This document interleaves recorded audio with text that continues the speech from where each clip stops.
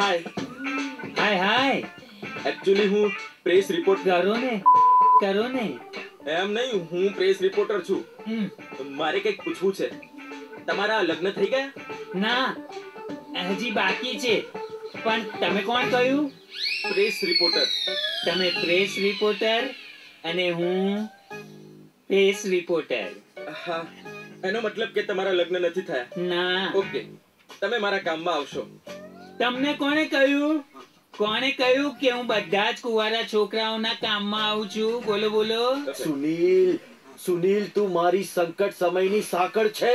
હા, તો શું ખેંચ કરવાની? અરે નહીં, અરે યાર, પેલી હજુ ના નથી પાડી. ના પાડી દેશે. સરસ, યસ.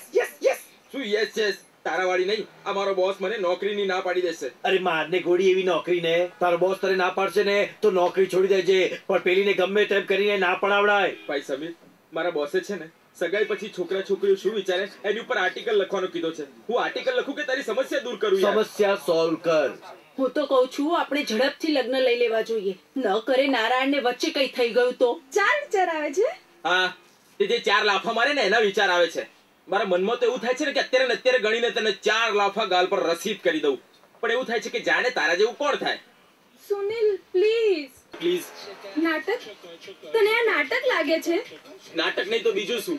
પહેલા ઇન્સલ્ટ કરવાની, પછી સોરી કહેવાનું, પહેલા લાફો મારવાનો, પછી આયોડેક્સ લગાડવાનું, પહેલા થૂકવાનું, પછી ચાટવાનું. પણ તું ચિંતા ના કર, મારા કારણે પ્રોબ્લેમ થયો છે તો એ પ્રોબ્લેમનું સોલ્યુશન પણ હું જ લાવીશ. Don't worry. And yeah, one more thing. શું? સુનિલ પણ તને લવ કરે છે. શું વાત કરે છે બકુડી? એણે તને કહ્યું? પ્લીઝ મને કહે ને, પ્લીઝ. ના, એણે કીધું નથી, પણ એ કહેશે જરૂર.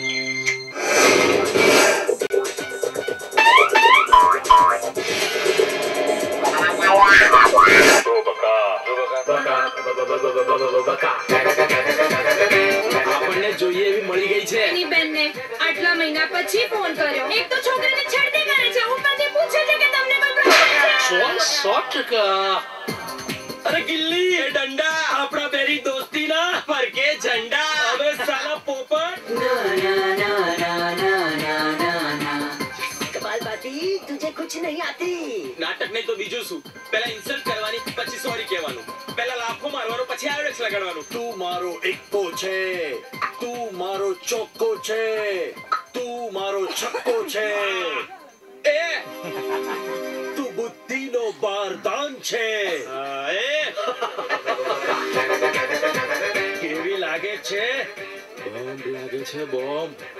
મારી ફાટે છે. તો આપણે છે ને સારા દરજીને શોધીશું અને સીવડાવી દઈશું. સખી કહે ચકા પ્રેમ છોકરી અને છકડો, એક જાય ને બીજો પકડો. ચકા જો બકા. તારી તો આંખો જ લીકેજ લાગે છે. ખુશીમાં રડવાનું, ગમમાં રડવાનું. છોકરી કેવી હોય? રતલામી સેવ જેવી હોય. કાચ મારીશ કોન્ચેસ્ટર. વારે છે ગાલ પર અને છપાય છે દિલ પર. એકલી ના જો બકા, અમારી પણ ટિકિટ લેજો બકા. ગુજ્જુ જનરેશનની યંગ ફિલ્મ સખી કહે ચકા. જો બકા. આજકાલ તો ફેશન છે બકા.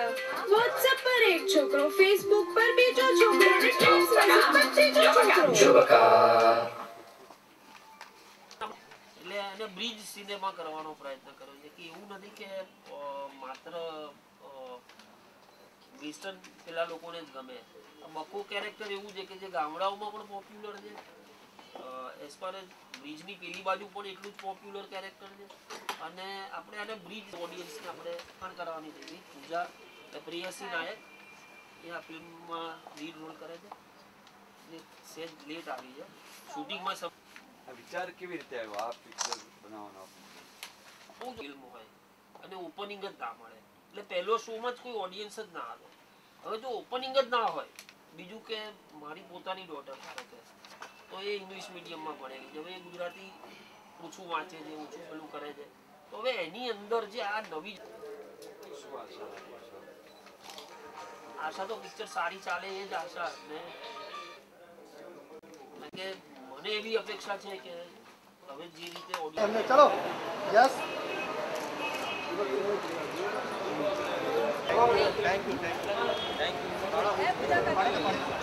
आप आइए सबका सोलो के यस चलो डन नेक्स्ट आ बाजू से चीन डाउन थोड़ું હા યસ સરસ આ બાજુ એ તમે નહીં આવો સરસ આ કિન્યા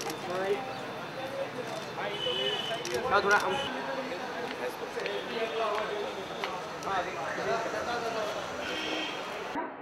આ ફિલ્મ યંગસ્ટર્સ બેઝ છે અને મેઇનલી આમાં જે મોસ્ટ ઓફ યંગસ્ટર્સને જે પ્રોબ્લેમ્સ છે કે love marriage is better or arrange marriage is better, તો આના પર વધારે અમે ફોકસ કરેલું છે.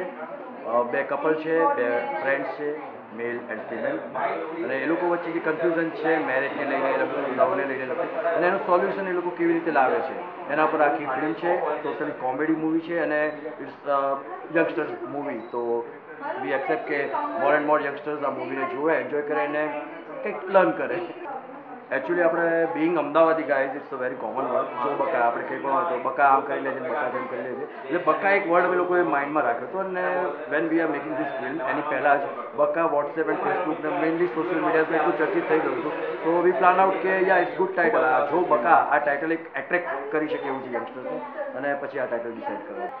અમે લોકોએ એફર્ટ અમારી પૂરી કરી છે કે એ રીતની સારી મૂવી જે લોકોને હવે એક્સપેક્ટેશન્સ વધી ગઈ છે ગુજરાતી મૂવીને, જેમ કે કેવી રીતે જઈશ ને 2000 પછી લોકોને જોવા માટેની એક્સપેક્ટેશન્સ વધી ગઈ છે કે ગુજરાતી મૂવી હવે સારી બનવા માંડી છે, ચાલો આપણે જોવી જોઈએ for at least one time watch. Hindi movie flop જોવી એના કરતાં ગુજરાતી મૂવી એકવાર એફર્ટ કરવી કે જોવી, તો અમે લોકો એ પ્રયત્ન કર્યો છે કે એ કક્ષાની અમે મૂવી બનાવીએ. આફ્ટર ઓલ હિટ ફ્લોપ એ ક્રાઇટેરિયામાં નથી ગયા. ઓડિયન્સને અપીલ કરી શકે, એમનું લાઇકિંગ એમના પ્રમાણેની મૂવી એ બનાવવાનો અમે ચોક્કસ પ્રયત્ન કર્યો છે. મેઇનલી મેસેજ તો હું એક જ આપીશ કે ગુજરાતી ઓડિયન્સ માટેની મૂવી છે, ગુજરાતી મૂવી છે, અને Bing Gujarati we should watch this movie. આપણે આને જોવી જોઈએ, અને જો આ મૂવીને વધારે સારો પ્રતિસાદ મળશે તો વધારે ને વધારે સારા મેકર્સ આ ફિલ્ડમાં આવશે ને ગુજરાતી મૂવીઝ વધારે ને વધારે બનશે, જે લોકોને મજા આવે. શૂટિંગ ઓલ ઓવર અમે અમદાવાદ કવર કરેલું છે.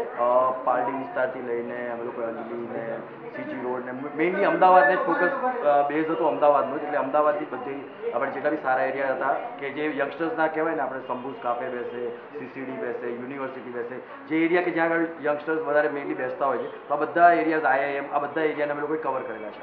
અમારી ચોથી ફિલ્મ છે ટોટલ. લાઈક મેં 3 ગુજરાતી ફિલ્મ કરી અને એક હિન્દી ફિલ્મ કરેલી છે.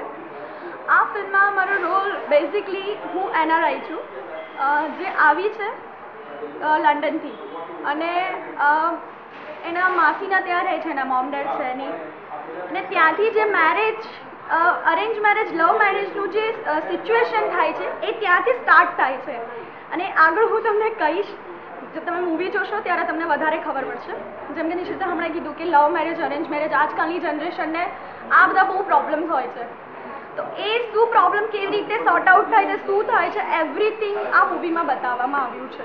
અને મારું માનવું છે કે યંગસ્ટર્સને, જેમ કે તમે પ્રોમો જોયો હમણાં, તો એ પ્રોમો પર મેં પણ બહુ બધાને બતાવ્યો. તો જેમ કે 18 યર્સથી 25 યર્સ 30 યર્સના લોકો છે, એ લોકોને વધારે ગમે છે આ પ્રોમો. લાઈક કે ઇટ વોઝ ઓસમ, લાઈક આવી કમેન્ટ્સ મળે છે. તો આઈ થિંક કે યંગસ્ટર્સને વધારે આ મૂવી ગમશે. પલ મોદી લગભગ મેં મારી કેરિયર ચાઇલ્ડ આર્ટિસ્ટથી શરૂ કરેલી. ઇસરોમાં ચાઇલ્ડ આર્ટિસ્ટ તરીકે કામ કરવાનું શરૂ કર્યું. ત્યાર પછી ડ્રામા ડિપ્લોમા કર્યું. ત્યાર પછી મેં ગુજરાતી ફિલ્મોમાં, નાટકોમાં અને દૂરદર્શનમાં હું પ્રોગ્રામ ઓફિસર તરીકે જોબ કરતો હતો. ત્યાંથી મેં દૂરદર્શનમાં ઘણા બધી પ્રોગ્રામ્સ કર્યા. દૂરદર્શન છોડીને ત્યારબાદ મેં ઘણી બધી ટેલિવિઝન સિરિયલો, જેમાં ઘડપણ કોણે મોકલ્યું નામની મારી એક સિરિયલ બહુ જ પોપ્યુલર થયેલી એ જમાનામાં, જેની TRP ક્યોંકિ સાસ કભીની ગુજરાત કરતાં વધારે હતી. જે બહુ મોટું સિદ્ધિનો પેલું હતું કે રવિવારે બપોરે 1 વાગે એ સિરિયલ ટેલિકાસ્ટ થતી હતી, જેની વીકલી TRP ક્યોંકિ સાસ કભી બહુથી કરતાં વધારે ગુજરાતમાં 16.5 TRP, જે અત્યારે આપણે 0.1, 2, 3, 4માં ચાલીએ છીએ, એ જમાનામાં 16.5 TRP સાથે એ મારી સિરિયલ ચાલેલી. ત્યાર પછી મેં ફિલ્મો કરવાની શરૂ કરી. પહેલી ફિલ્મ રાજમાતા કરી, જેને 9 એવોર્ડ મળ્યા. ત્યાર પછી મેં બીજી હિતેન કુમાર અને ફરીદા મીરને લઈને એક ફિલ્મ કરી, જે સુપર ડુપર હિટ થયેલી, અને જેમાં મને પહેલી વાર હાઉસફુલનું પાટિયું કોને કહેવાય એ જોવા મળેલું. જો બકા એ એક માત્ર જેને કહેવાય ને કે સ્ક્રીન પર ફેલાયેલું એક તોફાની વાવાઝોડું છે, જેમાં મસ્તી છે, મજા છે, મોજ છે, મગજ બાજુમાં રાખી અને ધમાલ કરવાની. જો બકા ફિલ્મમાં મજા તો આવશે જ. અમારું પહેલું જ પેલું એ રહ્યું છે સૂત્ર કે યંગસ્ટર્સને ફિલ્મમાં કે ફેમિલી સાથે ફિલ્મની અંદર મજા પડવી જોઈએ, આનંદ થવો જોઈએ. પ્રેક્ષકો મારા 40, 50, 60 વખત લાફિંગ પોઈન્ટ ઉપર હસવા જોઈએ, ધમાલો કરવા જોઈએ.